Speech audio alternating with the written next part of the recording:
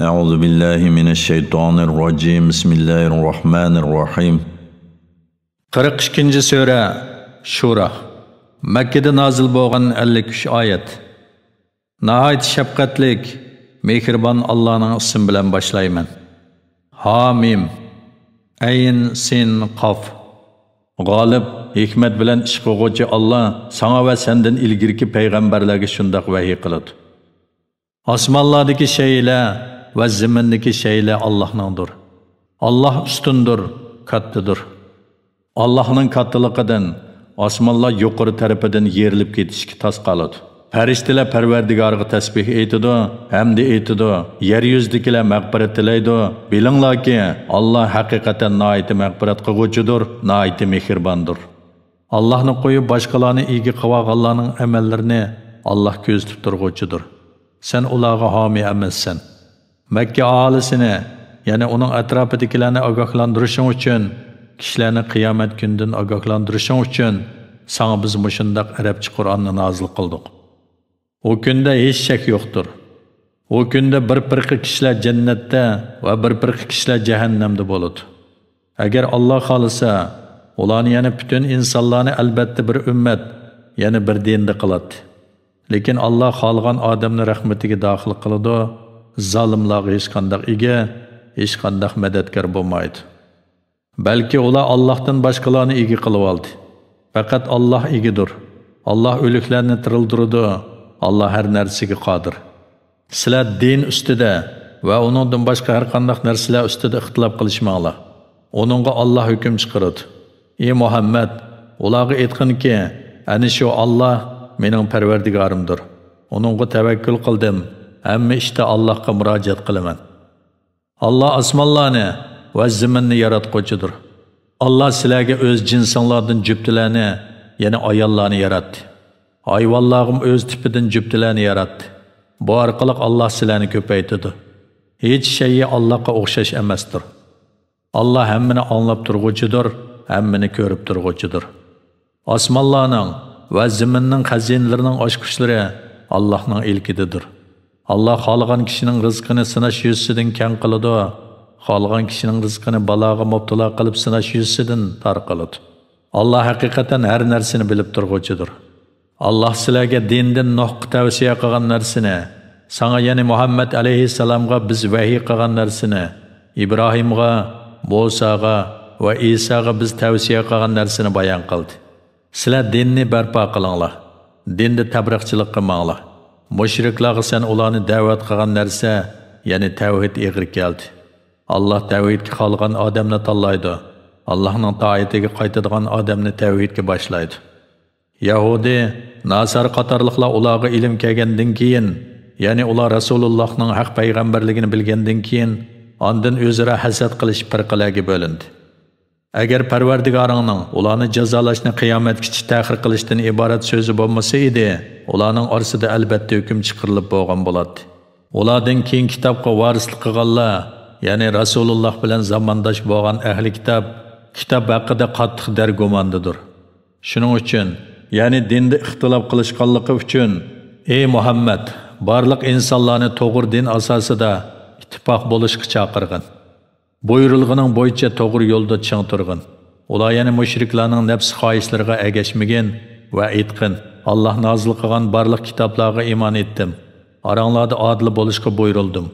Alloh bizning Parvardigorimizdir, sizlarning Parvardigoringlardir. Bizning amallarimiz o'zimiz uchundir. Sizlarning amallaringlarmi o'zinglar uchundir. Sizlar bilan bizning oramizda jidallashishga o'rin yo'q. Chunki haqiqat oshkoridir.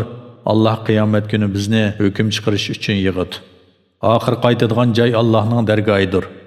Kishilar Allohning dinini qabul qilgandan keyin, kishilarni iymondan to'sish uchun Allohning dinida husumat qilishganlarning dalillari Allohning dargohida botildir. Ular dunyoda g'azabga uchraydi, oxiratda qattiq azobga duchor bo'ladi. Allah kitob ya'ni Qur'onni haq bilan nozil qildi va adolatni nozil qildi. Sen nima bilasan? Qiyomat yaqin bo'lishi mumkin. Qiyomatga ishonmaydiganlar uning bo'lishini aldirtadi. Uningga ishonadiganlar bo'lsa, qiyomatdan qo'rqidi, qiyomatni haq deb biladi. Bilinglarki, qiyomat to'g'riliq mujodala qiladiganlar albatta cho'nqur gumrohlikdadir. Allah bandalarga ko'yinguvchidir. U xalqan odamga keng rizq beradi. Allah kuchlidir, g'olibdir. Kimki o'zining amali bilan oxiratning savobini ko'zlasa, uning savobini ziyoda beramiz. Kimki amali bilan dunyoning manfaatini ko'zlasa, uning tilagan manfaatining ba'zisini beramiz. Uningga oxirat savobdan hech nasibi yo'q. Ularning Alloh ruxsat qilmagan narsalarni din qilib bekitgan ma'budlar bormi? Allohning ularga beriladigan azobni qiyomatgacha ta'xir qilish to'g'risidagi hukmi bo'lmasa edi, ularning orasida albatta dunyoda hukm chiqarilgan bo'ladi. O'zlariga zulm qiluvchilar, ya'ni kofirlar qattiq azobga duchor bo'ladi. Kofirlarning qiyomat kuni dunyoda qilgan gunohlarining jazosidan qo'rqib turganligini ko'rsan. Ular mayli qo'rqsin, qo'rqmasin, jazo ularga cho'qim nozil bo'lgusidir. Iymon etgan va yaxshi amallarni qilganlar jannatlarning bog'chilarida bo'ladi. Ular Parvardigorning huzurida xohlagan narsalardan bahramand bo'ladi. Bu katta in'omdir. Allah iymon etgan va yaxshi amallarni qilgan bandalarga ana shu in'om bilan xush xabar beradi. Dinni tabliğ qilganligimga sizlardan haq talab qilmayman. Faqat tuqqanchilik haqqi uchun meni do'st tutishinglarni, ya'ni Parvardigorimning da'vatini yetkazishimga chiqilmasliginglarni tilayman degin. Kimki biror yaxshi ish qilsa, uningga biz savobini ziyoda beramiz. Allah haqiqatan nihoyat mag'firat qiluvchidir, oz yaxshilikqa ko'p savob berguchidir. Ular ya'ni mushriklar, o ya'ni Muhammad Allohga yolg'onni to'qidi demdi. Agar Alloh xolisa, ya'ni ular gumon qilgandek Allohga yolg'onni to'qigan bo'lsang, sening qalbingni pechatlayotgan bo'ladi. Allah batilni yo'q qiladi. Payg'ambarga nozil qilgan so'zlari orqali haqni haq qiladi. Allah haqiqatan dillardagi sirlarni bilib turg'uvchidir. Allah bandalardan tavbani qabul qiladi, yomon ishlarni afo qiladi, qilayotgan ishinglarni bilib turadi. Iymon etgan va yaxshi amallarni qilganlarning duosini Allah ijobat qiladi. Kamoli fazildan ularga savobni ziyoda qiladi. Kofirlar qattiq azobga duchor bo'ladi. Agar Allah bandalarining rizqini keng qilsa, ular albatta zaminda fitna fasod teriydi. Lekin Allah xohlagan narsani o'lcham bilan tushiradi. Allah haqiqatan bandalarining ahvolidan to'liq xabardordir. Uni ko'rib turg'uvchidir. Ular yomg'irning yig'ishidan umidlangandan keyin Allah yomg'ir yog'dirib berdi. Rahmatini yoyidi. Allah hammaning egisidir, madiyiga loyiqdir. Osmonlarning, zaminning yaratilishi va o ikkisida jandorlarning yeyilishi Allohning qudratining dalillaridandir. Allah agar xolisa, ularni jam'i qilishga qodirdir.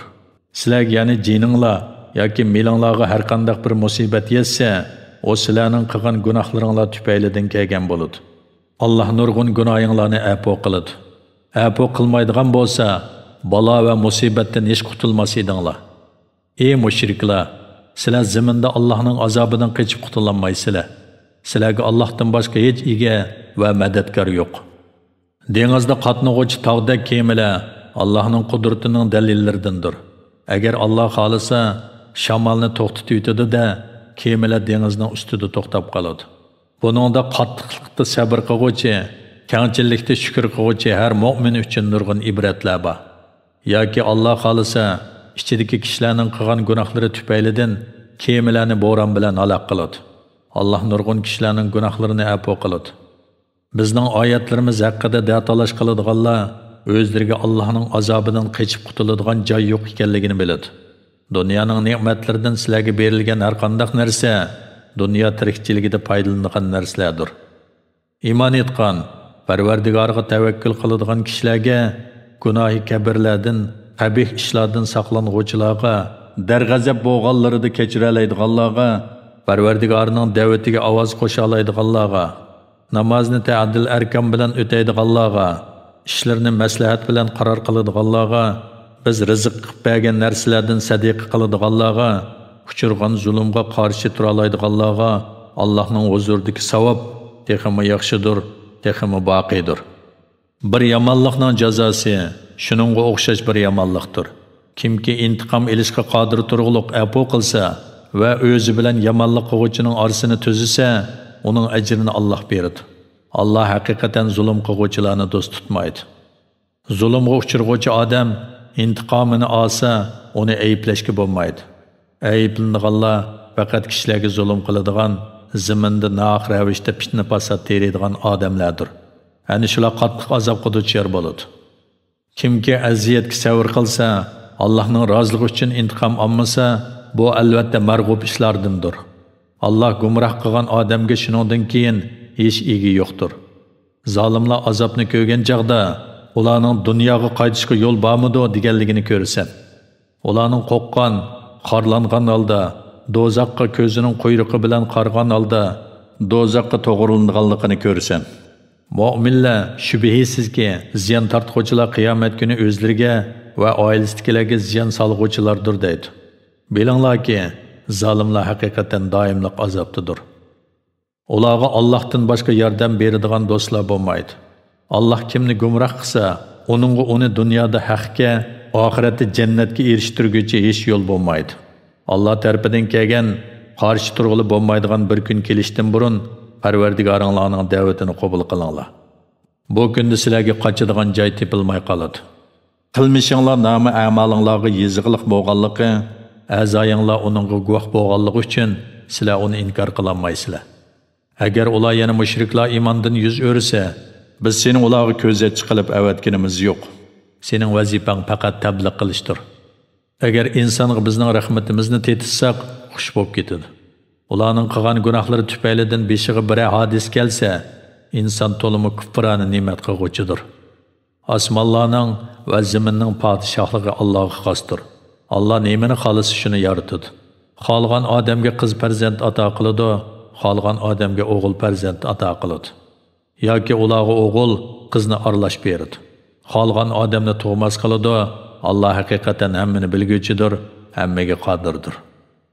Allah har qanday odamga faqat vahiy orqali yoki parda orqasidilla yoki bir payg'ambarni avatib o'z izni bilan uningga xohlagan vahiyni qilish orqaliqla so'z qilgan. Allah haqiqatan maxluqlarning sifatlaridan ustundir, hikmat bilan ish qiluvchidir. Shuningdek yana boshqa payg'ambarlarga vahiy qilgandek, amrimiz bo'yicha sana Qur'onni vahiy qildik. Sen vahiydan ilgari Qur'onning va iymonning nima ekanligini o'qimayding. Lekin biz Qur'onni bir nur qildikki, uning bilan bandalarimizdan xohlagan kishilarni hidoyat qilamiz. Shak shubhisizki, sen to'g'ri yo'lga boshlaysan.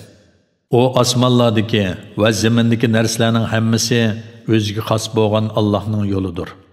Bilinglarki, hamma ish Allohga qaytadi.